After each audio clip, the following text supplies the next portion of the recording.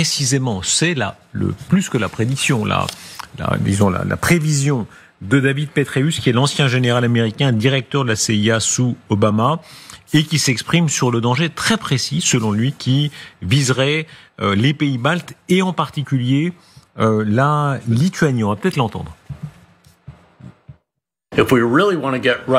Si nous voulons vraiment que la Russie négocie sérieusement, elle doit être convaincue qu'elle ne peut pas continuer à obtenir ce qui n'est en fait que des gains progressifs à un coût énorme. Mais elle a toujours des objectifs maximalistes. Les Russes veulent toujours contrôler non seulement ces 4 provinces et la Crimée. Ils veulent remplacer Zelensky et le remplacer par une marionnette russe. Ainsi, ils contrôleront toute l'Ukraine. Et une fois que ce sera fait, vous allez les voir commencer à se concentrer sur l'un des États baltes. La Lituanie occupe une place importante dans ces discours. Nous devrions l'écouter avec beaucoup plus d'attention. Voilà, l'Europe face à Vladimir Poutine va nous rejoindre sur ce plateau. Richard Verly, je vous en prie Richard, rejoignez-nous, correspondant France-Europe pour le quotidien Blick, auteur du Bal des illusions, ce que la France croit, ce que le monde voit, chez Grasset, je vous en prie. Merci beaucoup, asseyez-vous, merci beaucoup. L'Europe qui est en train de se ressaisir, ce sentiment d'inquiétude qui est en train de se marquer, et là on voit les Américains qui disent la prochaine cible c'est la Lituanie. Oui, je pense que les Américains aujourd'hui sont dans cette logique qui paraît absolument paradoxale quand on regarde Donald Trump, parce que Donald Trump, lui, il continue de tendre la main à Vladimir Poutine, il continue de lui promettre une rencontre, mais en réalité, les services américains, le département de la Défense est très lucide sur le risque russe, et c'est peut-être ça la chance finalement qu'on a, c'est que les organes de sécurité, je dirais, normaux, sont beaucoup plus vigilants que Donald Trump lui-même. Marianne Babich, est-ce que selon vous, Poutine veut vraiment recouvrer ce qu'était l'Union soviétique, comme certains le disent? Bien sûr, malheureusement, il faut peut-être le prendre justement au sérieux, ce qu'il a dit noir sur blanc. Il a fait une annonce fin février 2022, justement avant cette guerre à pleine échelle. Il avait dit que l'Ukraine n'existe pas et que c'était Staline qui l'a inventée. Ce qui n'est pas du tout vrai, parce que l'Ukraine existe depuis très très très très longtemps. Vous le savez bien, même avant Moscou, qui va être fondé beaucoup plus avant.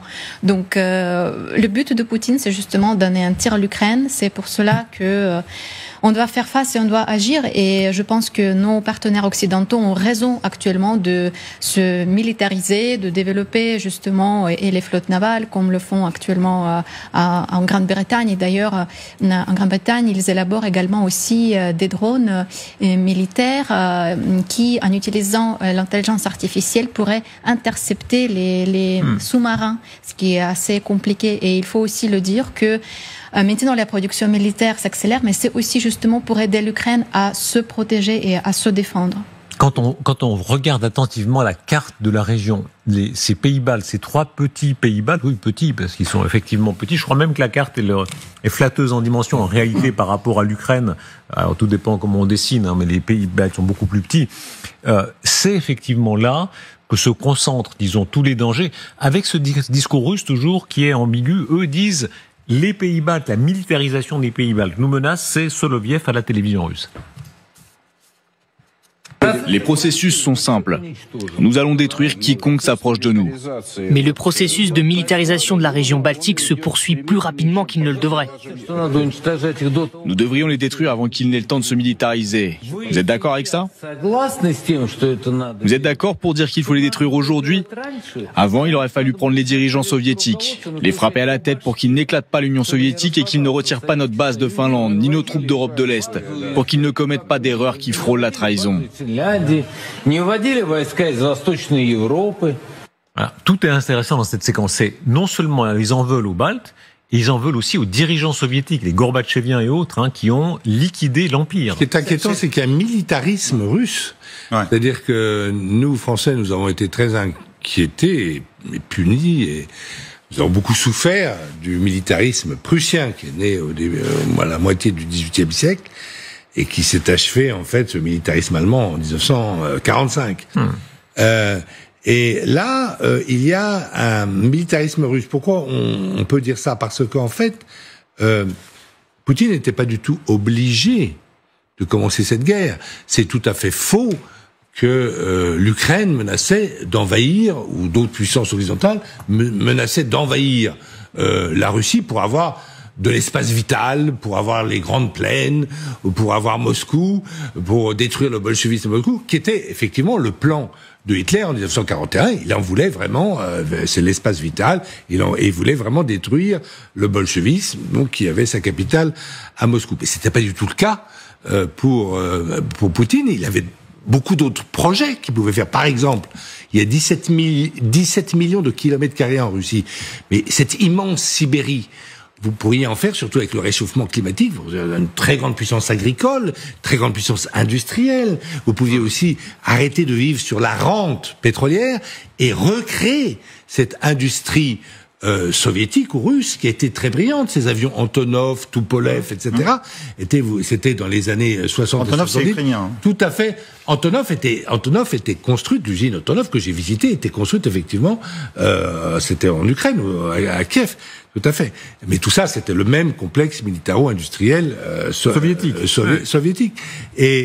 ce que vous dites est très intéressant. Le militarisme, c'est-à-dire c'est ce culte de la guerre qui est en train de se développer en Russie. Et qu'on voit chez Soloviev, c'est très clair. D'ailleurs, c'est un mélange, parce que vous avez parlé de soviétisme, et en fait, non, parce que Poutine est un oligarque. Il veut surtout pas reconstruire un parti communiste. Le parti communiste est vraiment méprisé par lui. Il veut pas lâcher ses amis oligarques. Il veut rester milliardaire. Il veut pas reconstruire l'Union soviétique. Mais quand ça les arrange, il parle de l'Union soviétique. Quand ça les arrange, il parle de Staline. Mais quand ça les arrange, il rappelle aussi que la Finlande et la Pologne faisaient partie de l'Empire russe.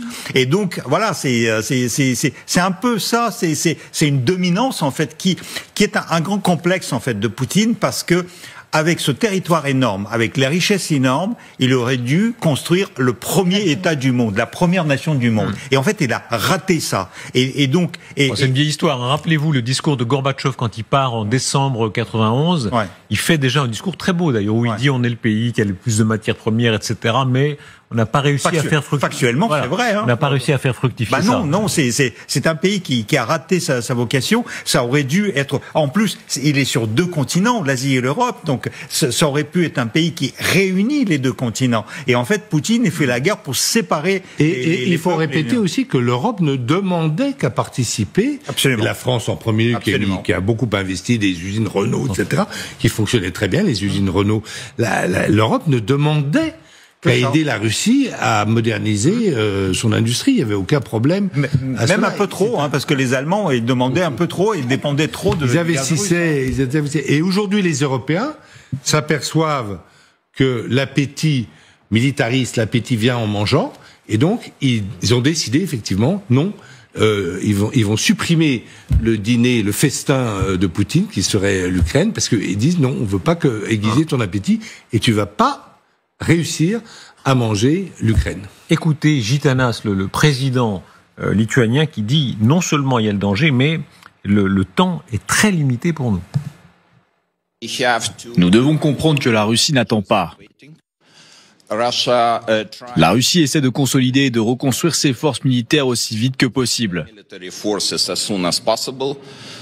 Nous disposons donc d'un temps très limité pour faire de même.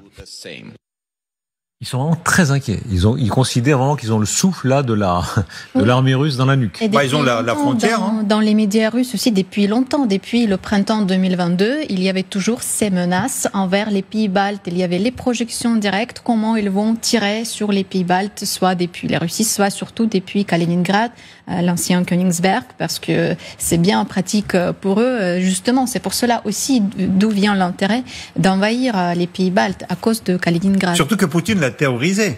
Je vous rappelle que en mois de décembre 2021, juste avant d'attaquer l'Ukraine, il a fait une sorte d'ultimatum en fait à l'Occident en disant mais vous devez carrément mettre dehors tous les pays de l'ancienne Union soviétique et de l'ancien pacte de Varsovie en dehors de l'OTAN, depuis 1990. Alors,